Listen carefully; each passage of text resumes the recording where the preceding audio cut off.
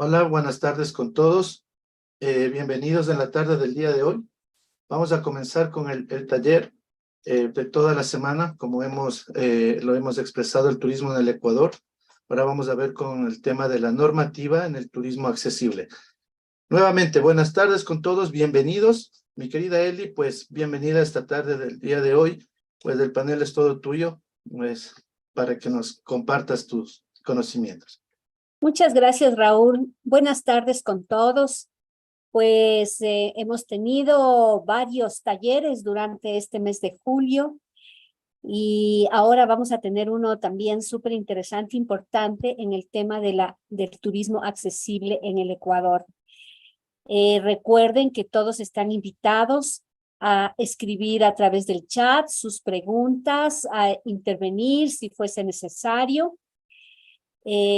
Vamos a hacer lo más compartido posible esta conversación que está siendo llevada adelante por la revista Lazos Inclusivos de la Universidad Católica. Y claro, en los días anteriores voy a compartir pantalla para iniciar inmediatamente. En los días anteriores hablamos sobre, me avisan si se ve adecuadamente. Muy bien, mi querida Ok, Eli. muy bien, vamos a hablar pues como este tema nos ha llevado todo este mes y vamos a continuar teniendo varios conversatorios también en el mes de agosto, así que todos están invitados y ya saben, cada día abordamos un tema nuevo. Porque este tema del turismo accesible es un tema en donde se comparten y se viven experiencias, pero sin obstáculos ni barreras, ¿verdad? Y el día de hoy que vamos a tratar sobre la normativa en el turismo accesible es un tema que responde a muchas de las preguntas que fuimos haciendo en los diferentes talleres. Cada vez alguien decía, bueno, en el Ecuador deberíamos hacer esto, en otras partes yo he visto aquello. Cuando analizábamos el día de ayer algunos de los elementos, los problemas que había en cuanto al uso de ciertas ayudas o ciertos accesos para las personas con discapacidad o adultos mayores o mujeres embarazadas o niños, etcétera, veíamos que había dificultades en cumplir esas normas y analizábamos en conjunto los problemas aquellos, ¿no es cierto? Les cuento que hoy tenemos una grata sorpresa. Tenemos con nosotros a una de las personas más referentes en el país en el tema de accesibilidad. Es el arquitecto Carlos Caicedo Tapia.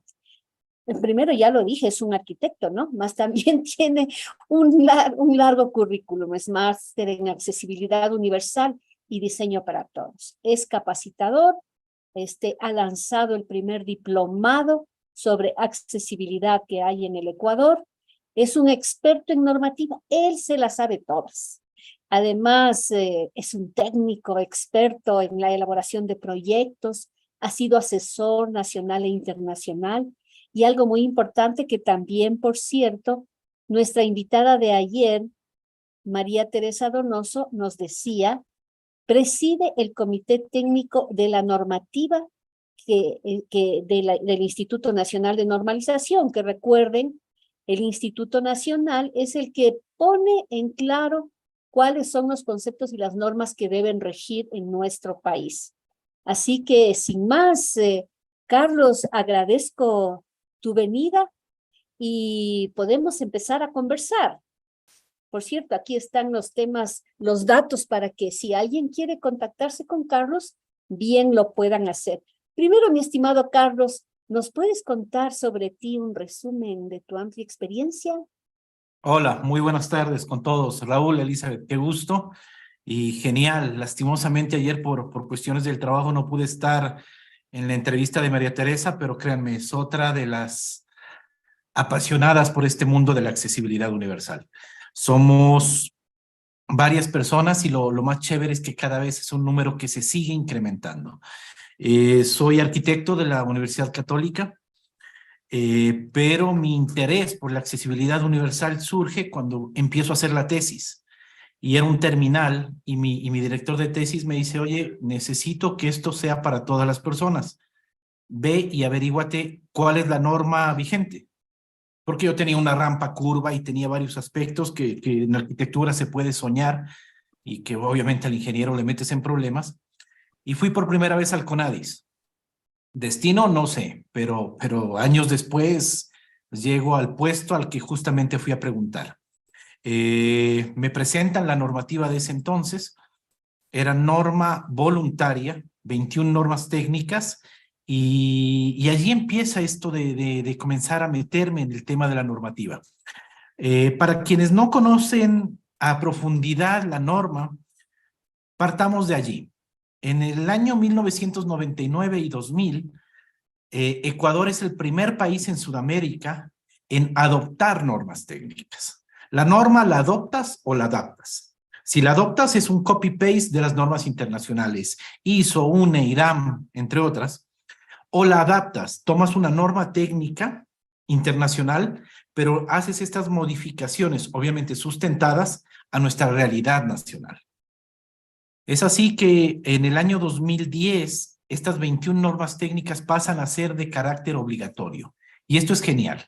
¿Por qué? Porque ese momento los municipios tenían la obligatoriedad de tomar estas 21 normas técnicas y crear sus ordenanzas.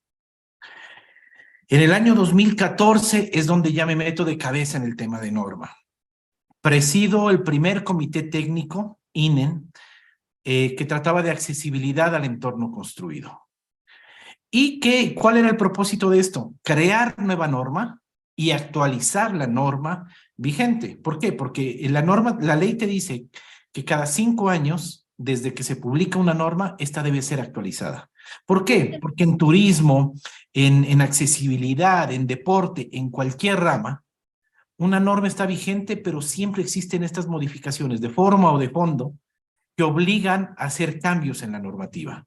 Y desde el 2014 hasta la actualidad, estas 21 normas pasaron a ser 44, todas obligatorias. Y por eso en la actualidad ya vemos con mucha mayor normalidad la incorporación de un intérprete de lengua de señas en la parte izquierda de una pantalla, o que ya en paradas de buses se manejen pisos podotáctiles y información en sistema braille y alto relieve, o que veamos en caja de medicamentos braille, que veamos rotulación accesible, que los ascensores ya cuenten con los requisitos mínimos de accesibilidad. Es decir, comenzamos a cambiar nuestro entorno.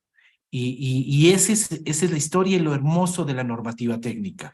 Ahora, la norma no la crea CONADIS, no la crea Carlos Caicedo. La norma se conforma gracias a los comités técnicos INE.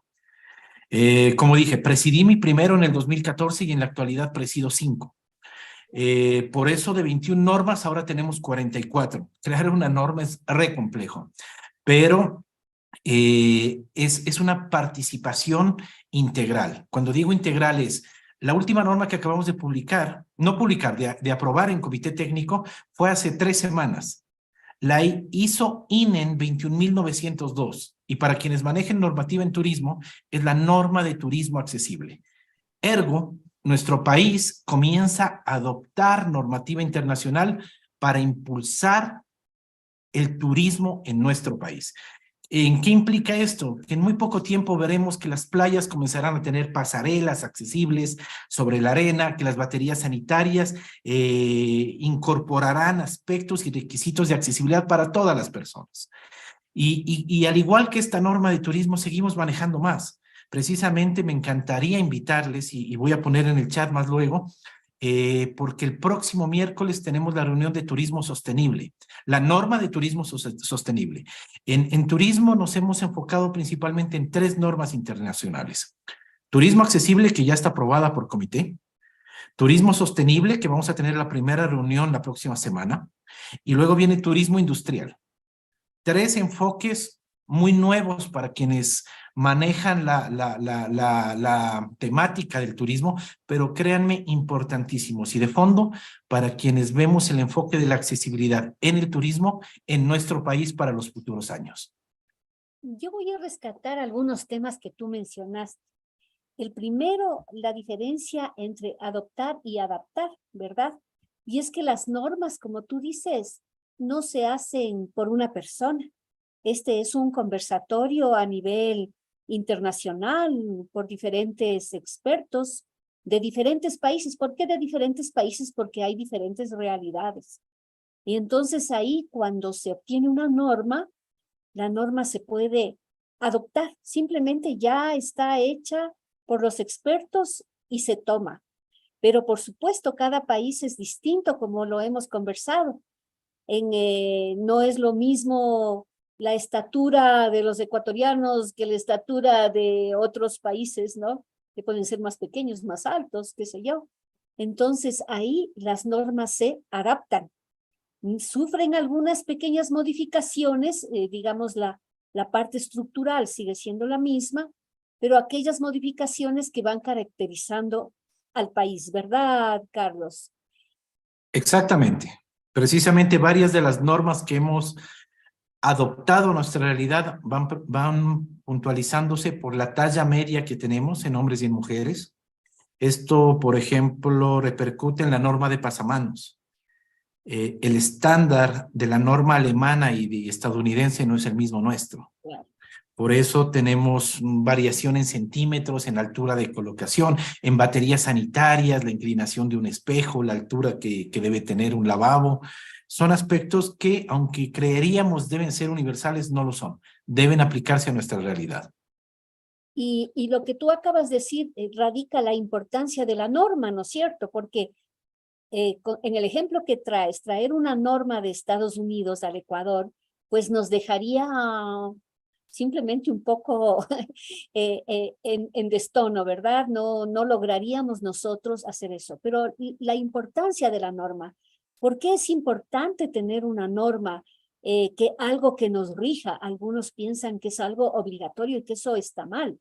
¿Qué piensas tú de la importancia de tener normas? Me encantaría preguntarles a todos los que nos están acompañando en este momento en esto. Imagínense que nos metemos a cualquier museo. Y de hecho todavía pasa en algunos museos aquí en el país. Y de repente encontramos que las vitrinas tienen una altura a partir de 1,20 m. Es decir, si yo llevo a mi hijo de 6 años, él jamás va a poder acceder a la altura de donde se está presentando la réplica. O si soy un usuario de silla de ruedas o un adulto mayor o una persona de talla baja, tampoco puedo acceder. De repente me acerco a leer el texto de lo que se está presentando y es una letra tan pequeña y con unos caracteres de letras cerradas, que no tengan palo seco, que es ilegible, que no me permite poder entender lo que estoy tratando de mirar. Es allí donde la norma técnica crea requisitos. Cuando creo requisitos, comienzo a pensar en algo que se llama la diversidad humana. En todos nosotros. Porque si aquí prendiésemos nuestra cámara, apuesto que al menos un 30-40% estamos usando lentes. Y que si nos quitamos los lentes, nos damos cuenta de lo importante que a veces es tener una tipografía adecuada. No solo es la infraestructura física, estamos hablando de todos estos elementos que conforman la cadena de accesibilidad. Y una cadena de accesibilidad te permite poder asistir a cualquier entorno, a cualquier servicio, con tu abuelo, con tu abuela, con tu hijo de 5 años, con tu mascota, con un usuario de silla de ruedas, con una persona adulta mayor que utilice, con una esposa o un esposo que lleven un coche de bebé y que todos puedan acceder y usar este entorno en igualdad de condiciones. Por eso es lo importante de la norma. Imagínense si no tuviésemos una norma, cada cual haría lo que desee. Tendría puertas de anchos de 1,20 m y puertas de 70 centímetros, escaleras con una altura de 40-50 que solo deportistas podrían atravesarlas y que en cambio un adulto mayor jamás podría acceder. El derecho de la accesibilidad es lo más importante y precisamente porque es un derecho de todas las personas, tiene que estar normado. Muy bien, excelente. Es decir, que lo que tú acabas de decir es correcto. Si es que no hubiese una norma, cada uno haría de una manera distinta, a una altura diferente, con una inclinación para unos más alta, para otros más baja. Y a veces sucede eso, ¿no? Que a pesar de que existe la norma, muchas personas hacen a su manera, sin respetar la norma. Porque ¿cuáles son, tú crees, las principales barreras que un turista se enfrenta en el espacio en el cual actúa? Partamos de algo. Cuando hablamos de normativa de accesibilidad, todos se enfocan a personas con discapacidad. Y luego todos asumimos que de esas personas con discapacidad, el 90% son usuarios de silla de ruedas. Nada más erróneo y equivocado. Cuando hablamos de accesibilidad, hablamos de la diversidad humana. Hablamos de todos y cada uno de nosotros. Y si estoy hablando de un turismo accesible, partamos que Ecuador recibe superior a un 40% de visitantes que son adultos mayores, personas que ya se jubilaron en sus países de residencia y que vienen temporalmente o a residir en nuestro país.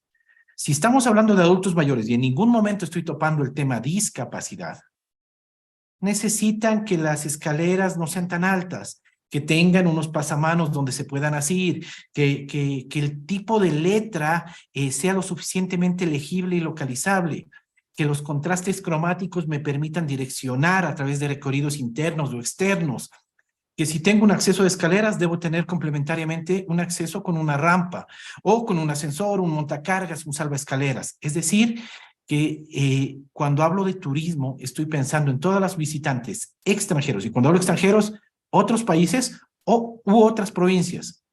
Y es precisamente esa la importancia de que nuestro entorno comience a eliminar las barreras. Ecuador firmó 2 convenciones increíblemente importantes.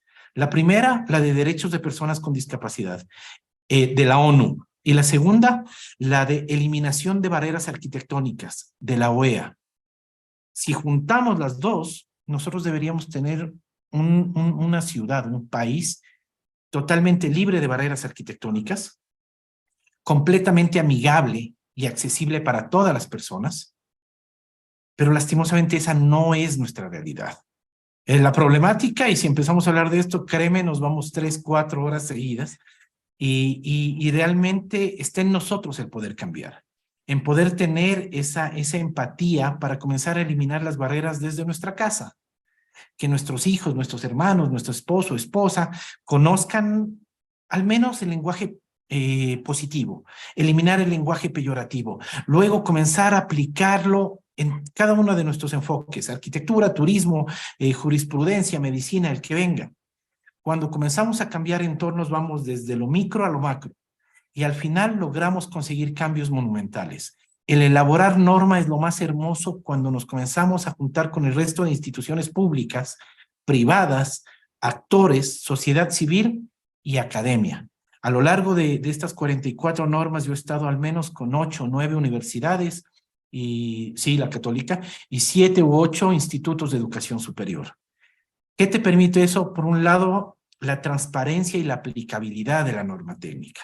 Que las normas que estamos sacando son internacionales, son estándares internacionales, con requisitos internacionales, pero aplicables a nuestro país, a nuestra realidad, adaptada por ecuatorianos para ecuatorianos.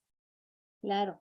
Y sabes que también muchas personas durante estos conversatorios que hemos tenido durante este mes de julio, y cuando veíamos en cada exposición algún problema, alguna barrera, alguien decía, pero es que no hay, debería ser el gobierno quien obligue a considerar a estos temas para ser aplicado obligatoriamente. Otras personas decían, podrían ser los gobiernos seccionales, los gobiernos autónomos descentralizados, los encargados de emitir normas y no permitir que se hagan construcciones que mantienen esas barreras de las cuales estamos hablando, etcétera. Y una de las personas nos decía, en el Ecuador hay suficientes normas.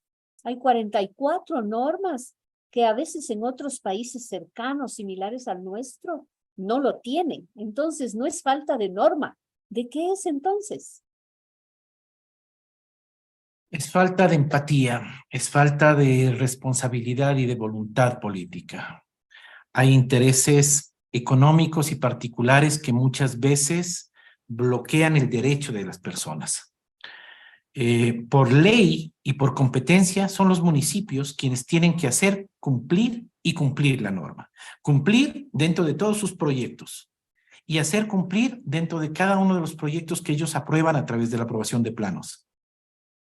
Pero para nadie es sorpresa que son los primeros en violentar la normativa, en incumplirla, en no aplicarla. Y es allí donde debemos, como ciudadanos o como actores, cada uno desde nuestras trincheras, comenzar a impulsar por el cumplimiento de la norma. En la actualidad estamos viviendo un cambio en el aspecto de que las personas entienden que la accesibilidad es un derecho.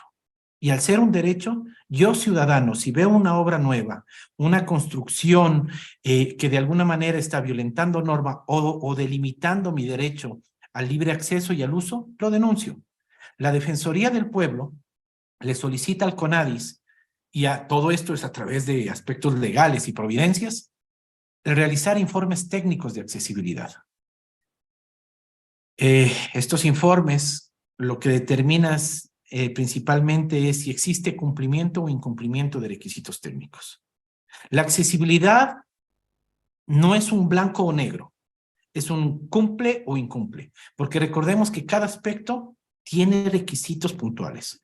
Para tratar de no ser técnico y hacerme entender, alguien construyó una rampa para acceder a la facultad de jurisprudencia de cualquier universidad. Una rampa con una pendiente extremadamente alta, un ancho completamente inapropiado para las personas, pero de repente le puso pasamanos y le puso textura y demás. ¿Existe la rampa? ¿O cumples o incumples? No, para nada. Hay que valorar cada uno de estos elementos y verificar hasta qué punto este incumplimiento lo hace accesible o no accesible. Que una rampa tenga una pendiente sobredimensionada ya la hace inaccesible. Que una rampa tenga menos de 90 centímetros de ancho la hace inaccesible. Por más que le ponga doble pasamano a los costados y que le embellezca con braille y que le ponga el piso podotáctil en el interior y textura al inicio y al fin y que te ponga el premio de piñata si logras atravesar esa rampa al final, no sirve de nada. Si no cumplimos los requisitos mínimos, estamos creando entornos inaccesibles. En el año 2019, por primera vez la accesibilidad universal fue considerado un estándar de calidad a través de esta evaluación de universidades que realiza el CASES. Y sí, 78 universidades fueron, universidades y extensiones universitarias y escuelas politécnicas fueron inspeccionadas en accesibilidad, junto a todo el resto de estándares, pero por primera vez la accesibilidad fue uno de estos estándares. ¿Y esto qué nos permitió? Levantar una línea base a nivel nacional de cómo es la accesibilidad en todas estas universidades. La sorpresa no es sorpresa, todas son de nivel bajo. No existen 2 universidades que están a punto de llegar al nivel medio. No existe una sola universidad que esté en nivel alto. Jamás, en este momento era imposible. Pero teníamos que levantar esta línea base de identificar cómo está la realidad de la educación superior. Ahora sí, para la evaluación que viene en el 2025, decir, señores, se les dieron los requisitos, sabemos cómo está cada una y la corresponsabilidad, lo que hablaba hace un segundo de la voluntad política, en este caso en universidades es la responsabilidad social para comenzar a eliminar barreras.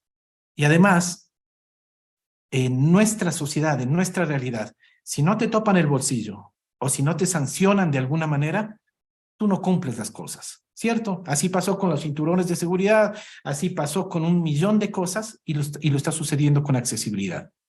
Las universidades que no aprueben los estándares mínimos que ahora son requeridos para la evaluación 2025, pues simplemente podrán bajar de categoría. Lo mismo que pasa con las universidades, van con transporte, con servicios públicos, con infraestructura pública, urbana, pero tenemos que ir de a poco. Tratar de meter la accesibilidad en todo el país no es posible. Tratar de que nuestro entorno sea accesible en un chasquear de dedos en 1 año, en 2 años, es imposible. Que los sitios web de todas las universidades sean accesibles de aquí a diciembre, imposible. Tenemos que ir de a poco. Por eso existen niveles de accesibilidad. En sitios web tenemos accesibilidad A, AA y AAA. En cambio, en infraestructura, en rotulación, en información, tenemos accesibilidad baja, media y alta. Ya sabemos que ninguna universidad llegó al nivel medio, que las 78 están en nivel bajo. Se les dio 6 años, ahora todas deben llegar al nivel medio. Y luego, no sé, el tiempo que establezca CASE, 6, 12 años más, tendrán que llegar al nivel alto. ¿Qué estoy haciendo? Cumpliendo derechos. El derecho de un estudiante, el derecho de un profesor, de cualquier visitante a una universidad, de poder acceder y hacer uso en igualdad de condición del resto de las personas. Claro, y es que de eso se trata la calidad. A veces uno dice con mucha facilidad, me gusta esto, o esto es de calidad, lo dice por utilizar una palabra, pero en realidad, ¿cuál es el concepto de calidad? Mayor concepto de calidad en la accesibilidad sería que cualquier persona pueda hacer uso de ese espacio. Lo que en accesibilidad se llama la usabilidad de los espacios. Cuando hablamos de accesibilidad, y eso es lo que enfoca la norma, significa que yo puedo ingresar a cualquier lugar o hacer uso de cualquier elemento con el puño cerrado. Para hacerme entender, si voy a usar un lavabo, la grifería de pomo o la grifería de cruceta no me sirven de nada. Pero sí la de pulsador, la de monomando, la de sensor y cualquier otro tipo de grifería. ¿Por qué? Porque puede ser accionada por cualquier persona. Si el ejemplo de la grifería ahora lo meto en turismo, lo meto en transporte, en inserción laboral, en educación inclusiva, vamos a ver que eso es lo que nos permite diferenciarnos del resto. Un entorno cada vez más amigable y accesible tiene este valor agregado que solo le puede dar la accesibilidad. Yo puedo ser el amante de mi comida favorita, son las tripamirsky. Y soy amante de ir al lugar que toda la vida he ido porque el sabor es incomparable. Pero si tengo que ir a ese lugar con mi abuelo, mi abuela, voy a llevar a mi niño, o de pronto voy a entrar a ese lugar con un cochecito de bebé, y sé que la tripamirsky es completamente inaccesible, pero el lugar de al frente brinda esas condiciones de accesibilidad. Aunque este sea mi lugar favorito, me iré al otro. Lo mismo pasa en museos, en transporte, en turismo, en diversos entornos que presentan las mismas o similares condiciones, pero siempre el que te dé accesibilidad va a estar por encima del resto. Entonces, Carlos, en ese sentido, lo primero que debemos hacer es conocer qué normas existen. ¿Es así? De hecho, sí. O sea, ¿cuál sería el procedimiento en general? Porque te escuchamos que también se han hecho inspecciones ya a quienes, conociendo la norma, la pudieron ejecutar y ahí pues evaluaron. El mayor problema de la accesibilidad es el desconocimiento de la normativa, no solo por los estudiantes, no solo por los docentes, sino muchas veces, o casi siempre, la mayor cantidad de veces, por los profesionales, arquitectos, ingenieros o quienes están a cargo de mantenimiento o planificación de entornos que desconocen la norma. Y al desconocer, directa e indirectamente, de adrede o no, estoy discriminando a las personas. Estoy evitando que ingresen a este entorno. De allí la importancia de la normativa técnica. Y por otro lado, estoy tratando de sacar un estándar sobre el cual yo pueda poner una línea hacia lo que viene luego. Sé que si comienzo a eliminar al menos estas primeras barreras, mi entorno va a ser más amigable. Y como dije hace un segundo, la accesibilidad no es un aplauso, no es un chisquear de dedos, es progresiva. Nosotros no debemos enfocarnos a tratar de hacer un entorno accesible de la nada, porque de nada me sirve que mi parque, que está aquí a media cuadra, sea accesible, si sabemos que todas las manzanas que rodean a este parque son inaccesibles.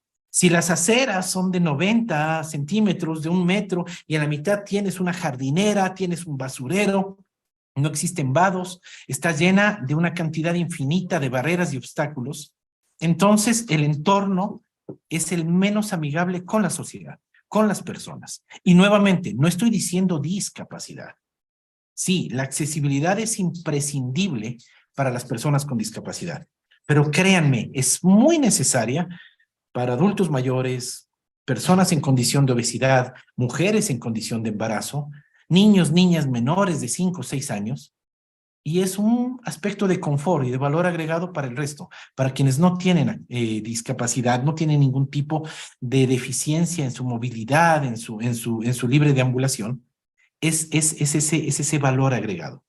Si lo consideramos desde esos enfoques y todos hacemos una intromisión a nuestro núcleo familiar, a nuestro núcleo de amistades, vamos a darnos cuenta que mi mejor amigo usa lentes, que mi prima sufrió un accidente hace una semana y está enyesada, condición discapacitante temporal, que mi hermana mayor está embarazada, que quiero ir a ese lugar con mi padre que tiene 72 años y que si quiero ir con cualquiera de estas personas, el entorno tiene que ser accesible. Las barreras tienen que eliminarse.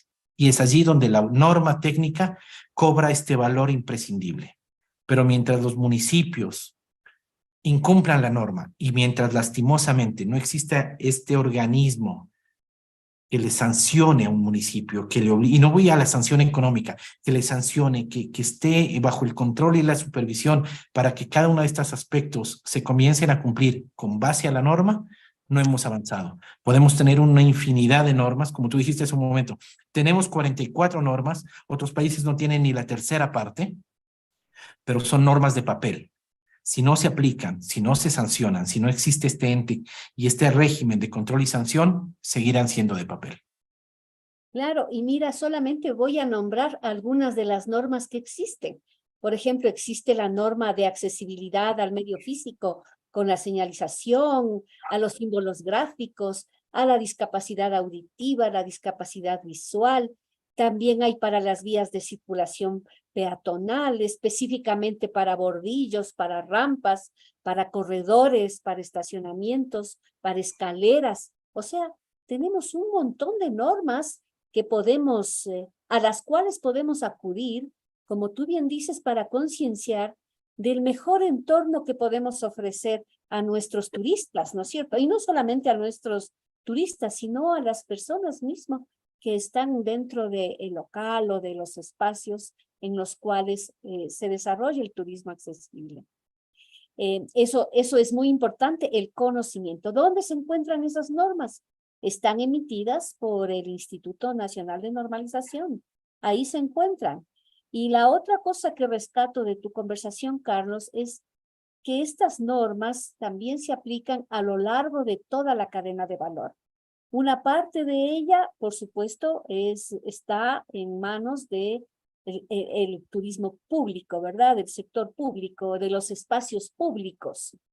Entonces, sí, la construcción tiene que ser adecuada, los espacios donde participan las personas, por ejemplo, un parque, por ejemplo, una acera, una calle, como tú dices, es competencia de los gobiernos centrales y subnacionales.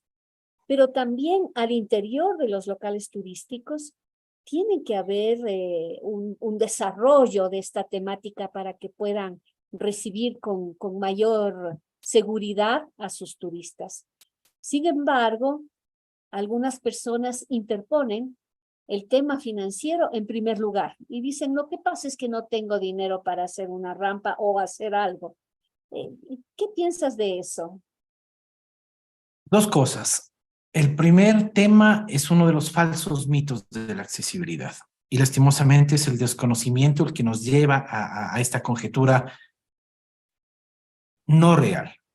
El presupuesto. Muchos piensan que si quiero hacer un entorno accesible tengo que bajarme los baños, tengo que crear baños de 2 por 3 metros, todos los entornos libres de toda barrera, todo a un solo nivel y demás. Que si tengo un pequeño desnivel debo obligatoriamente adquirir un ascensor. Y cuando conoces la accesibilidad, cuando ya te especializas en accesibilidad, das unas soluciones maravillosas que muchas veces cuestan nada. Simplemente son adaptaciones tan sutiles que pudieron haberse hecho desde el inicio, pero que ya una vez construidas pueden adaptarse sin que afecten para nada el presupuesto. Pero también tenemos los ingenieros, arquitectos que cogieron la norma, le echaron una ojeada, ya entendí, chévere, y tengo que hacer un ascensor y tengo que poner esto, y elevan unos presupuestos una barbaridad. Y el segundo punto que tú topaste, y maravilloso término, la cadena de valor de la accesibilidad en el turismo. El turismo tiene una cadena muy bonita desde cualquier punto de enfoque del visitante. El conocer la oferta turística ya empieza con normativa. ¿Por qué? Porque muchas veces, si yo estoy en el extranjero, no puedo acceder mira tú, genial. Eso es todo, mi estimado Carlos. Sí, el primer punto es de información. Y si tú estás en el extranjero, tú no tienes cómo acceder a una oficina presencial.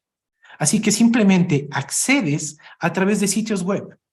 Y si el sitio web no te presenta estas facilidades, si no está en diversos idiomas, si de pronto no cuenta con estos parámetros de accesibilidad, si no te describe los entornos no solo por fotografías de impacto, sino por la realidad que tiene ese entorno, en los cuales te dice necesitas este tipo de aclimatación, necesitas este tipo de vestimenta, estás a una altura que requiere esto, estos entornos requieren cierta preparación, estos no. Estamos vendiendo humo. Tenemos que conocer a través de una información accesible pero real. Luego, el transporte, el más importante, y cuando hablo de transporte, son todos los medios de transporte de cómo llego a ese lugar. Aéreo, férreo, terrestre, acuático, el que venga, o multimodal, tiene que brindar esa accesibilidad para que yo pueda viajar con mi familia. Reitero, no estoy topando discapacidad, estoy topando la diversidad humana. Luego, el alojamiento, que el lugar al que voy a llegar presente las facilidades para que pueda ser utilizado por todas las personas. Y reitero, las adaptaciones en infraestructura son mínimas. Tuvimos la suerte en el 2017 de crear la norma de dormitorios y habitaciones accesibles. Y gracias a que en esta norma, junto a todos los actores del turismo, porque estuvieron guías de turismo, las corporaciones turísticas y demás, hoteleras, también estuvo Mintur y Quito Turismo. Pudimos establecer los estándares para que desde hostales de 1 estrella hasta los hoteles de 5 estrellas cumplan con los requisitos mínimos de accesibilidad. Que existan dormitorios accesibles, pero que si yo no tengo esta infraestructura para tener el ascensor y demás, que se encuentren en planta baja, cuáles son los requisitos mínimos en una cafetería, en el resto de servicios, cómo elimino barreras. Lo mismo que hicimos con los hoteles, hostales y demás, se puede hacer con todo el tipo de infraestructura. Luego del alojamiento del transporte local, reto a un solo municipio en el país que me diga que su transporte es amigable. Y casi me estoy dando con la piedra en la boca porque la semana anterior hicimos la observancia a lo que está haciendo el municipio de Santo Domingo. No es Guayaquil, no es Cuenca, no es Quito. Santo Domingo va a ser el primer municipio en el país en cumplir con el 10% de todas sus unidades de buses con esta plataforma salvaescaleras. Lo que vemos en Europa, lo que vemos en Estados Unidos, lo vamos a ver en Santo Domingo, en contados meses. Así es como progresivamente y iniciativas individuales comienzan a cambiar nuestro entorno. Y luego dirá a cualquier municipio, lo hizo Santo Domingo, yo también puedo hacerlo. Lo vi en Quito, pero lo puedo replicar en Tulcán. Qué bacán, esto lo hice en Guayaquil, pero lo voy a hacer en Cuenca. Sea el lugar que sea, podemos manejar. ¿Por qué? Porque el turismo está en todos lados. Y al ser parte de una cadena de valor, estoy dando precisamente ese valor adicional a mi entorno, a mi servicio. El entorno urbano, lastimosamente agreste y poco amigable con todas las personas, lleno de barreras arquitectónicas, pero podemos irlas cambiando. Actividades de ocio, ir al cine, ir a un parque, ir a cualquier lugar, pero un lugar donde me sienta seguro y que a la vez, por un lado, seguridad y por el otro, accesibilidad, accesible, que pueda ser utilizable por todas las personas. Excursiones, alrededores, en los lugares, áreas naturales que permitan.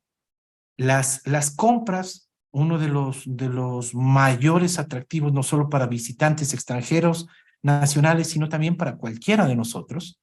Servicios médicos y de apoyo siempre se deben tener a la mano. Y finalmente, la experiencia, y como tú dijiste al iniciar esta plática, ¿Qué es la accesibilidad y en qué se enfoca la calidad en esta cadena de valor que al final termina con una experiencia de calidad? El haber visitado las playas del Ecuador y que de repente mi sorpresa fue que en algunas playas ya existían las pasarelas accesibles, ya existían baterías sanitarias.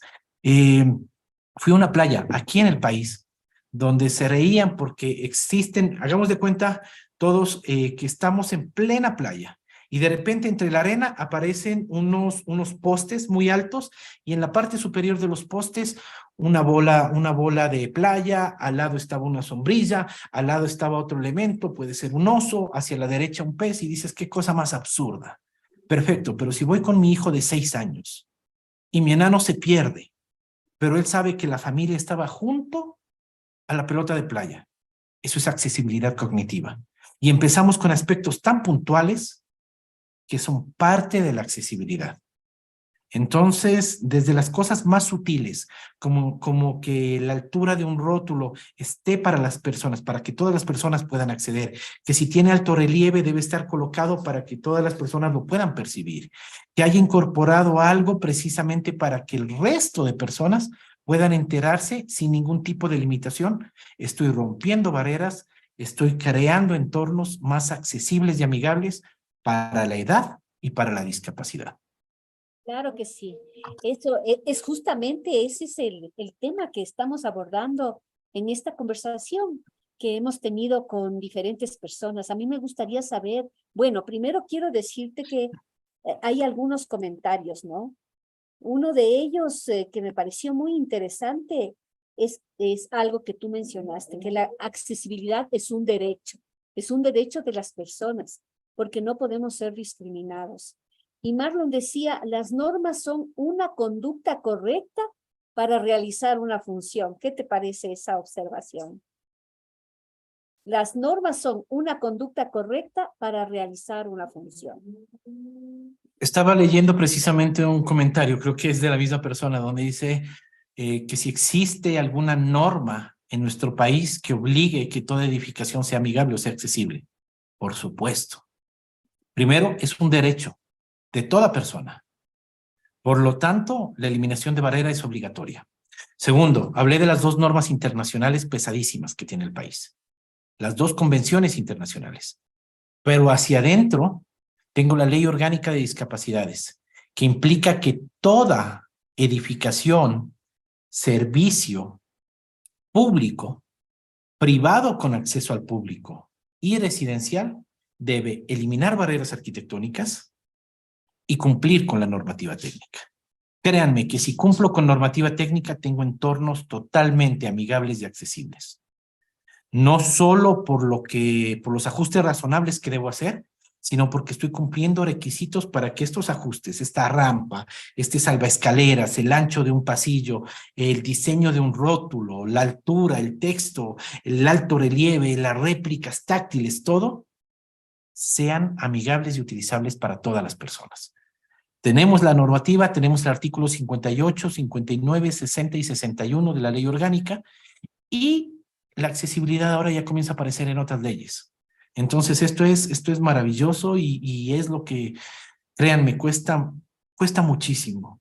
En el tema de norma ya voy más de 10 años, pero el saber que teníamos normas voluntarias y de repente tenemos 44 obligatorias y que de repente vemos cosas ya con mayor normalidad. Y cuando hablo de normalidad me refiero a que voy a entornos donde la accesibilidad ya pasa desapercibida. Ya no es algo que queda fuera de, sino que es parte del entorno, lo estamos consiguiendo.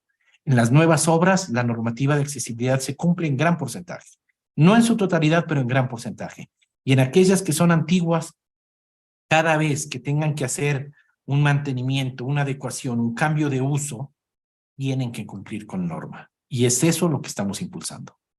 Claro, y además todo esto está respaldado por dos superiores, como es la Constitución propia de nuestro país, ¿no es cierto? Y la política pública que fue emitida en el año 2020. O sea que de cualquier manera tenemos como los respaldos para poder decir, sí podemos ir en este camino. Y es así que, por ejemplo, tan difícil a veces lograr este proceso de de accesibilidad que quisiera que nos cuentes en pocos minutos sobre si en el Ecuador existen más de 20.000 locales turísticos, establecimientos turísticos registrados. Un poco más de 100 establecimientos han sido registrados como de turismo accesible. Eso significa evaluarles a muchos de ellos y ver que algunos no cumplen y que algunos cumplen en baja, media o alta calificación. Exactamente. Partamos de lo principal. Antes de evaluar el entorno, ¿qué debo evaluar? A las personas que van a atender ese entorno. De nada me sirve tener el último restaurante Hyatt en todo aspecto, totalmente accesible, si las personas que te reciben desconocen un lenguaje positivo, utilizan un lenguaje peyorativo, o simplemente no saben cómo atender a una persona ciega, una persona sorda. Erróneamente, alguna entidad aquí en el país quiso obligar a que todos los restaurantes a nivel nacional incorporen menús en braille. Nada más absurdo que eso. Por el costo, porque un menú en braille, al cambiar un solo precio, tenía que ser nuevamente elaborado, y porque no todas las personas con discapacidad visual leen braille. Entonces, ¿qué es mejor?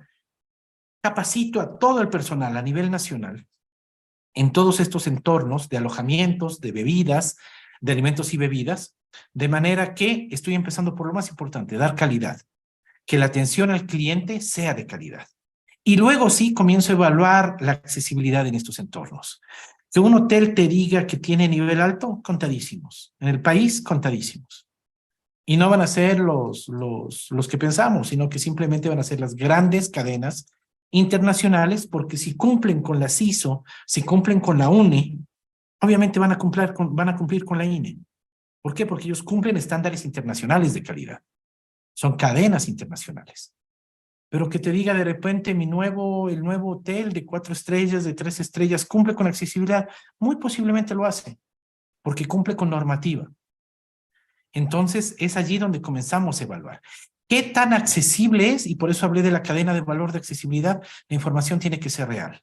¿Por qué? Porque si yo consulto que me voy de aquí a Cuenca con mi suegro, que es usuario de silla de ruedas, y que leí en esta información que el hotel, el Cuencano Libre, es completamente accesible. Reservo 2 habitaciones allí. Y el momento que ingresamos, de entrada tengo escaleras y no tengo rampa. De repente las habitaciones están en un segundo, tercer piso, estoy con mi suegro en silla de ruedas y no existe un ascensor. Luego la información me decía que tienen habitaciones accesibles y son unas habitaciones tan pequeñas que a duras penas una persona podría circular alrededor de la cama y utilizar un baño. Y que si ingreso al baño, la puerta tiene 70 centímetros, de manera que una persona obesa, una persona en ayuda técnica no puede ingresar. Ni hablar de mi suegro en silla de ruedas, suegro hipotético. Y finalmente que me quiero ir a duchar y tengo un bordillo gigante de 20 centímetros. Y una ducha a cada 2,20 metros con la grifería. Y no existe un asiento abatible. Y no existen barras de apoyo. ¿De qué me sirve mentir que soy un entorno accesible, un servicio de hospedaje, de alimentos o de bebida accesible, si cuando llega lo más importante, la visita de los turistas, no lo soy? Entonces, es necesario evaluar estas guías, volver a hacer un barrido a nivel nacional, poner la realidad, nivel bajo, medio y alto, porque así estoy brindando calidad al no mentir. Y sí existen, contados en nivel alto, una buena cantidad de centros turísticos en nivel medio, la gran mayoría en nivel bajo, pero inclusive nuestros propios destinos turísticos son inaccesibles. Quieren ir al monumento de la mitad del mundo, pero tu ascensor solo te sirve en planta baja y al último piso. ¿Y el resto de pisos qué? Y lo mismo que pasa con el monumento de la mitad del mundo, pasa con un resto de ejemplos. Y muchos dirán, sí, pero ¿cómo hago las ruinas de Cochasquí para que sean accesibles? Se puede. Y no son presupuestos elevados. Simplemente son ajustes razonables, por eso dice el nombre, ajustes razonables que permiten que sean amigables y accesibles para todos. Me encantó en su momento ser docente de la UTE en el primer curso de turismo accesible y luego, y hablaste tú de María Teresa Donoso, otra amante de la accesibilidad junto a varias personas que ahora ya lo somos, porque sacamos el primer diplomado y en el módulo de turismo accesible mostramos ejemplos internacionales maravillosos. Tras de mí hay un montón de réplicas táctiles de todos los edificios y los lugares donde yo he podido estar. Y lo hermoso de esto es que a diferencia de nuestro absurdo país, donde una ordenanza te dice que Quito, por su patrimonio cultural, no puede toparse un solo clavo, eso es lo más falso que puede existir. He estado en el Partenón, he estado en el Coliseo Romano y todos presentan accesibilidad. Y lo más irónico es que en su momento, y ahora sí me voy a meter una cuña anterior, el centro histórico es inaccesible. Aquí no se podía hacer absolutamente nada. Pero tuvo que llegar un presidente con discapacidad para que el palacio tenga que cambiar. Hacia adentro y hacia afuera. Y si nos paramos frente a la fachada del palacio, lo primero que vamos a ver es un salvaescaleras al costado izquierdo. ¿Por qué? Porque la accesibilidad es un derecho de todas las personas. Lastimosamente acá solo pensamos que solo cuando llegan las autoridades máximas tengo que hacerlo. Y no es eso. La corresponsabilidad social es que lo hago por mí, por mi familia, por mi servicio y por la comunidad. Allí estamos haciendo accesibilidad. Y lo importante para las empresas y para los entornos no solamente es hacer una vez, sino evaluarlo, seguirlo, mejorarlo cada vez, porque vamos teniendo a veces problemas en que una sola vez se hizo el cambio y luego se ha deteriorado. Y a veces eso resulta más complicado, ¿no? Tú decías también sobre la información que no siempre es oportuna, no siempre es real y no siempre es verdadera cuando estamos hablando de accesibilidad, de cualquier otro tema, pero en este caso nos aborda la accesibilidad.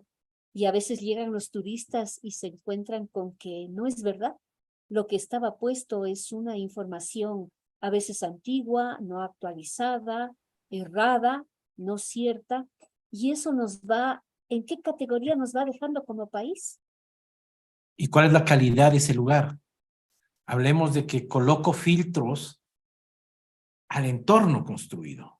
Y de nada me sirve mirar una fachada maravillosa, con una rampa estupenda y con una fachada que dices maravilloso, genial. Y el momento que llega la rampa de acceso no es así, es un resbaloso gigante.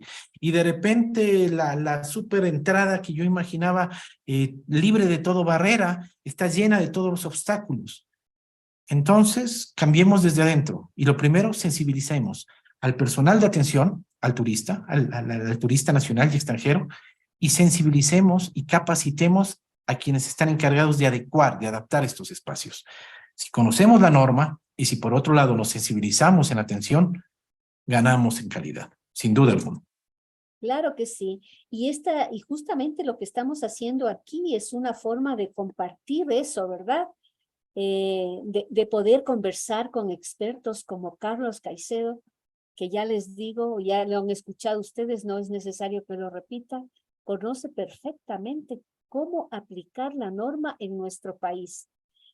Había varios comentarios también, ¿no es cierto? ¿A quién reclamar? Ya Carlos lo dijo en una parte, bueno, si es que hay unos temas que afectan realmente, uno de las primeras instituciones a las que puede acudir puede ser la Defensoría del Pueblo, en donde tienen un área específica de defensa al consumidor. Aquí en la revista Lazos Inclusivos hemos tenido la oportunidad de conversar con la doctora Aide Peralta, que es la persona experta en los temas de defensa al consumidor y tiene mucho interés en estos temas de accesibilidad. En nuestras redes ustedes van a encontrar el conversatorio realizado con la doctora Aide Peralta. Y bueno, pues saben que durante este mes vamos a seguir teniendo varias conversaciones de diferentes temas el día de mañana, esta semana, la próxima, mas también estamos pensando en desarrollar en agosto. En agosto vamos a tener también varios talleres. Como siempre les invito a escribir, porque esa es una de las maneras en que no se va a perder el conocimiento. Escriban, envíen artículos, a la revista Lazos Inclusivos de la PUSE. Ahí los vamos a revisar, los vamos a analizar, a editar, en lo posible a publicar, ¿no es cierto? Pero también entremos a las redes sociales. Nosotros hemos puesto a disposición varias en las cuales podemos compartir información, compartir la información de sus locales y de la accesibilidad que tienen en sus locales, de sus experiencias turísticas con las personas con quienes participan. Porque acuérdense que el turista, claro, continúa en esa cadena de valor hasta que regresa a su casa. O sea, no se acaba el momento que sale de nuestro país, sino que él continúa con dos posibilidades mínimamente. La una, cuando lleva una buena experiencia, de comentar con los demás. Eso implica mayores personas que podrían venir al local. Pero la segunda es grave. Si se va con una mala experiencia de que no fue atendido como le decían y adecuadamente, eso se va a multiplicar por 10, ¿no es cierto? Y entonces, ahí ya no se puede dar vuelta atrás, se va a acabar esto. Y finalmente quiero decir que recuerden que ya Raúl nos está ayudando, poniendo en el chat tanto en nuestras redes sociales, pero lo más importante para este taller, el link para que por favor ustedes pongan su asistencia, registren su asistencia, puesto que recibirán el certificado de respaldo del Ministerio de Trabajo con el cual estos talleres se están organizando.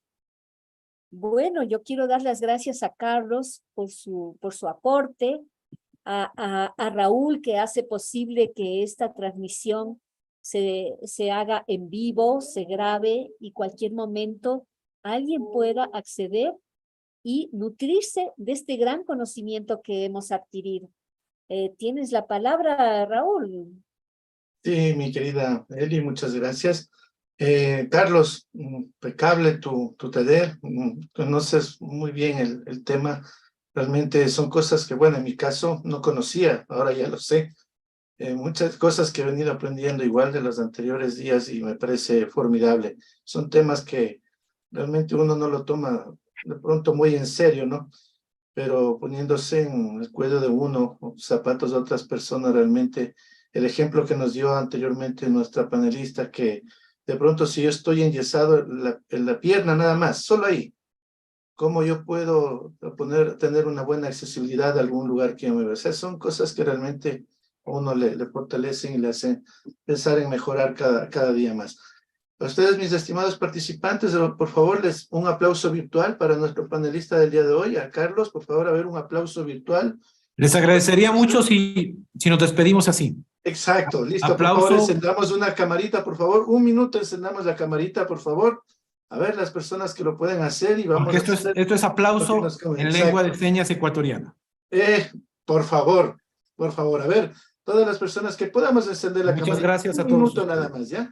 Un minuto, pues, para el registro fotográfico. A ver, a la cuenta de 3, 1, 2 y 3. Muchas gracias por su participación el día de hoy. Nos vemos el día de mañana. Un gusto, linda tarde. Chao, chao. Muchísimas gracias, Carlos. Y a Un todos, placer. que tengan una buena tarde. Hasta pronto. Muchas gracias. Hasta mañana.